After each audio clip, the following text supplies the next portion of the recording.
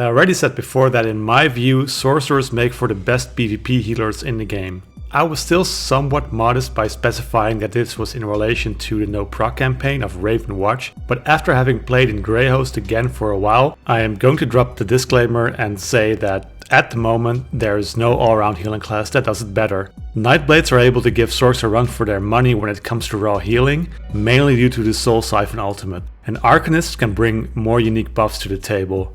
But when we look at PvP healers from a perspective of mobility, versatility and convenience, Sorcerer is always a great choice. In my opinion, the best choice, and with update 41 they got even stronger. Today I want to show you my Sorc healing build that I use for Greyhost, so CP Active Cyrodiil. Before we get into the details, remember that the optimal sets to wear depend on your group. So you are free to use my build as a basic template for what you need. Just remember that changing things around will have consequences for your sustain, attributes and other factors, so try to take that into account when you start changing things around. I will show you my two favorite build variants and some other options you may consider. This build is intended for Cyrodiil group play. So far I've successfully run it in groups ranging from 3 to 8 people. You can also wear it in a full ball group of 12 or in casual groups or Zerg, but I would say it shines the most in an organized group of about 4 to 5 players.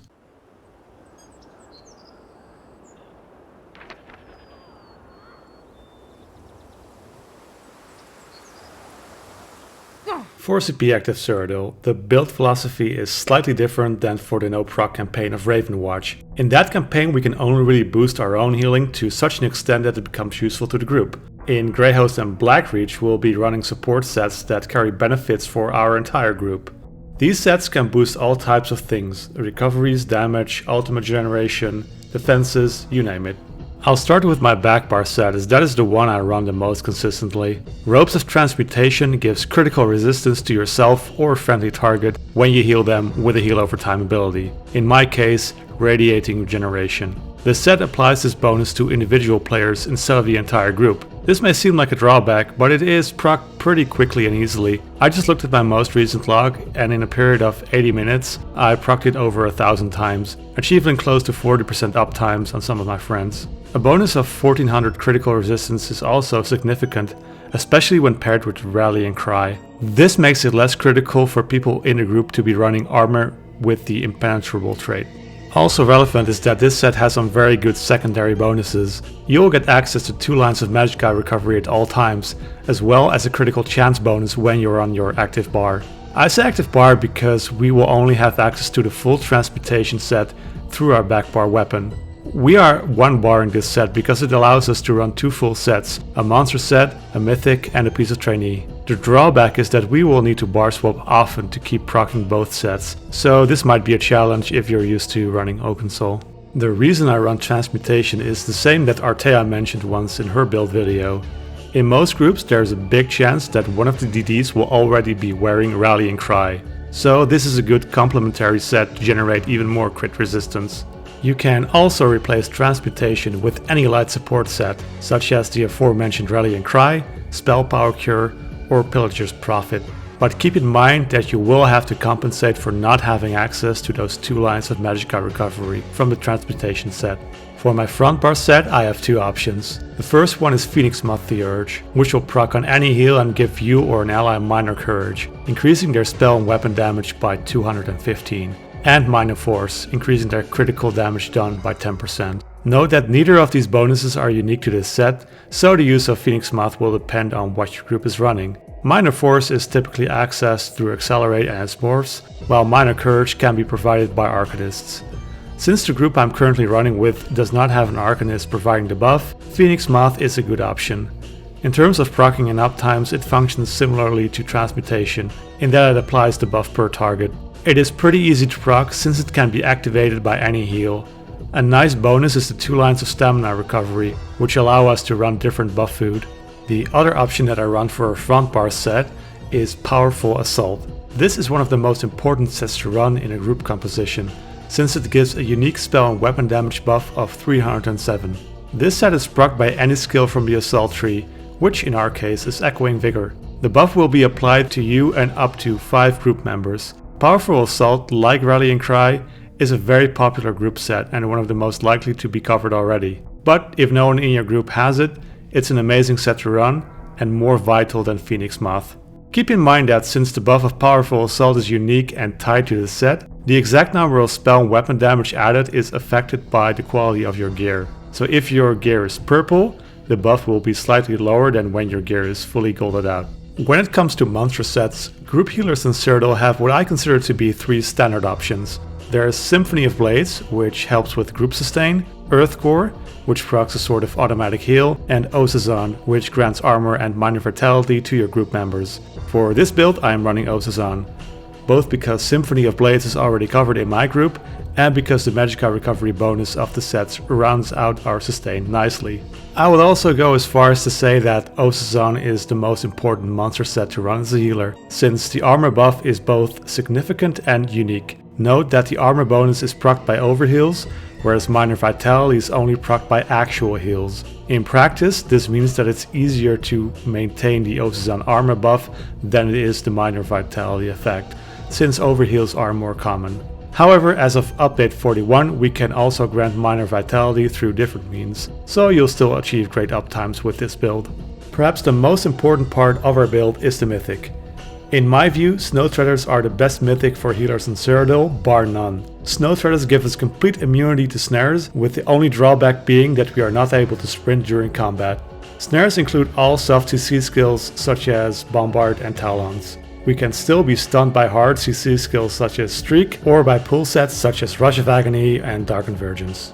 In practice, the snare immunity means that our stamina pool will be under a lot less pressure. Especially when fighting Zergs, you will be snared near constantly. So even with a great mythic like Death Dealer's Feet, your stamina will be drained super fast. In no proc, I run with about 1300 base stamina recovery. In Greyhost, the combination of Snow Treaders and certain champion points means that 700 to 800 stamina recovery is enough, and even numbers below that are manageable. The inability to sprint in combat may seem cumbersome, but we'll compensate for that in a bit. You can replace the sets in my build with pretty much any support set, as long as you take into account that your recoveries and other stats might change.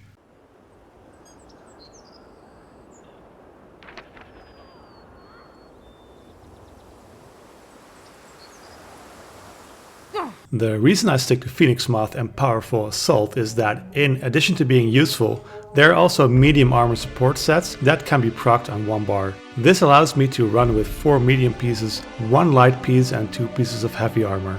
Medium armor passives are generally the most useful to healers, and since all other worthwhile support sets that you can one bar are either light or heavy armor, it's these 2 medium sets that make for the strongest, most well-rounded healing build. For armor traits, we make the heavy pieces reinforced. For the other pieces, I have a combination of impenetrable, well-fitted and divines. You can pick any of these traits and assort them in a way that you are comfortable with. Sturdy is also a good trait to have if you are diligent about blocking. The jewelry traits are all swift. This extra speed helps us compensate for the drawback of Snow Treaders, and we are still able to position ourselves in an efficient manner. Front bar weapons are Nirn-honed and powered swords. This gives us a lot of spell and weapon damage on our front bar and, with that, stronger healing. We also get access to the Quick Cloak skill. The back bar is a powered restoration staff. The enchants are also pretty straightforward. All prismatic glyphs on our armor, and all glyphs of increased magical harm on our jewelry. If I run Powerful Assault, I run different buff food, so I have 1 Magicka recovery glyph on my Powerful Assault ring to compensate. Front bar enchants are Absorb Stamina and Magicka respectively, and the back bar enchant is Increased Weapon and Spell Damage.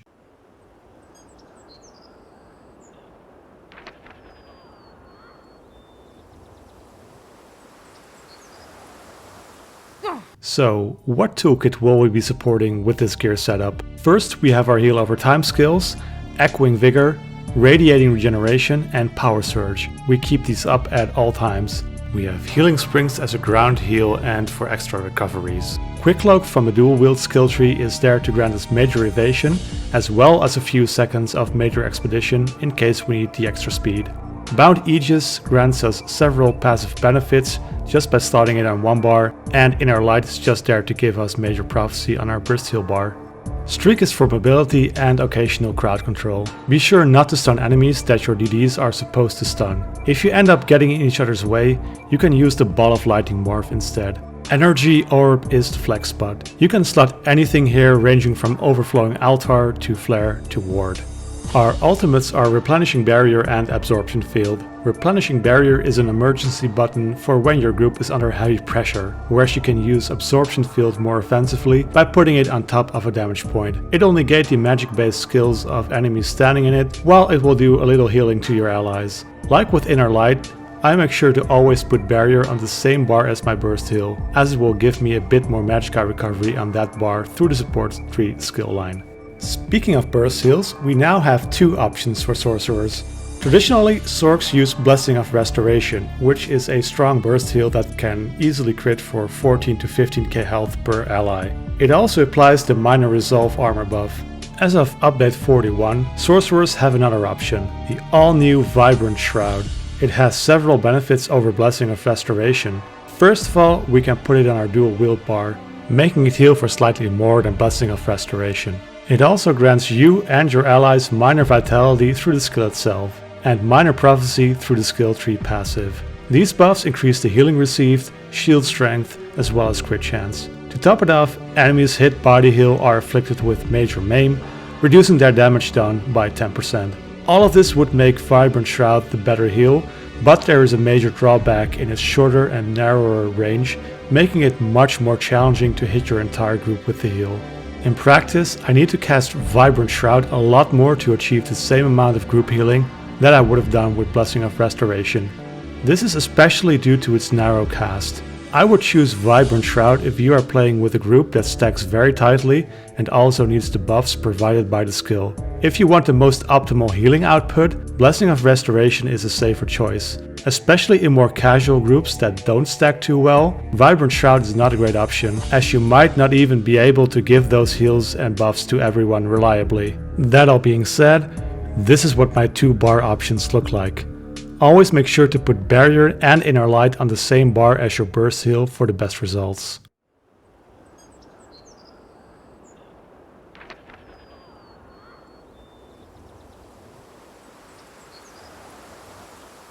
For this build, we will use the Ritual Mundus to increase our healing. The buff food depends on which set I am running. If I run Phoenix Moth, the 2 lines of stamina recovery allow me to run Ozorga's Wrath Hrothgar for extra HP and magicka recovery. If I run Powerful Assault, I run Ozorga's Smoked Bear Haunch or Jewels of Misrule, so I get a little extra stamina sustain.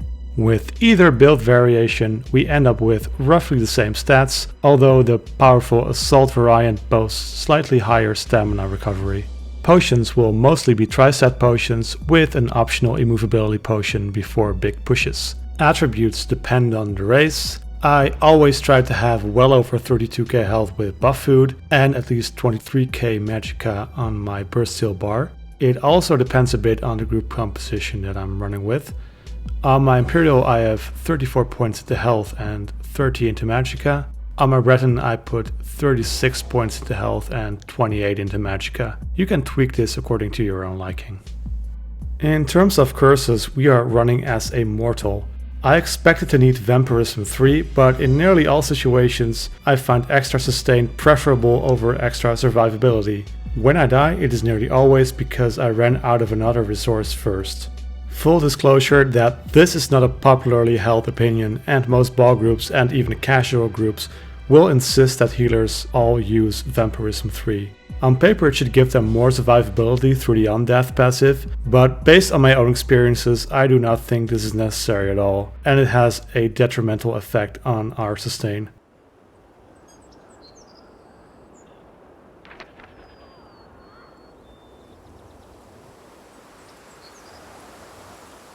For most of the footage in this build video I am using an Imperial. That's just what my DC Sorc happened to already be, but it's also a very solid healing race with a global 6% skill cost reduction and bonuses to health and stamina. You can also use a Breton, a Dark Elf, High Elf, Argonian, Nord, or whatever you like really. Just make sure to adjust your sustain and attributes if needed.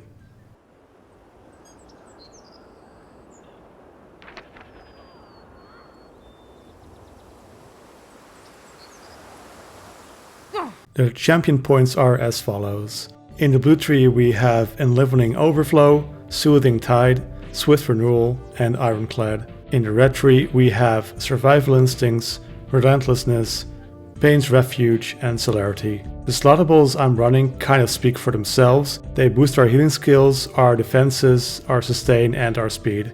If you want to run something else, then feel free to do so.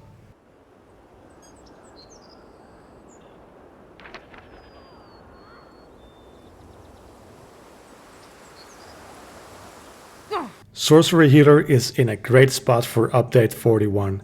I can highly recommend both the class and the way I've set it up. You are of course free to run the same setup on a different class, but I think that apart from on a Nightblade, you will really feel the lower performance. You can also make adjustments to the build by adding more sustain or more defenses if you encounter difficulties. The build has been tried and tested in some pretty challenging situations and pulled through fine. But at the same time, it is not necessarily a beginner-friendly build. On that note, I should mention here that it's not possible to run this build with OpenSoul, as you would have to change up too many things until you end up with a build that is both different and significantly less effective. Well, that's all I've got for now. As always, if you have any questions, just let me know, and see you on the battlefield.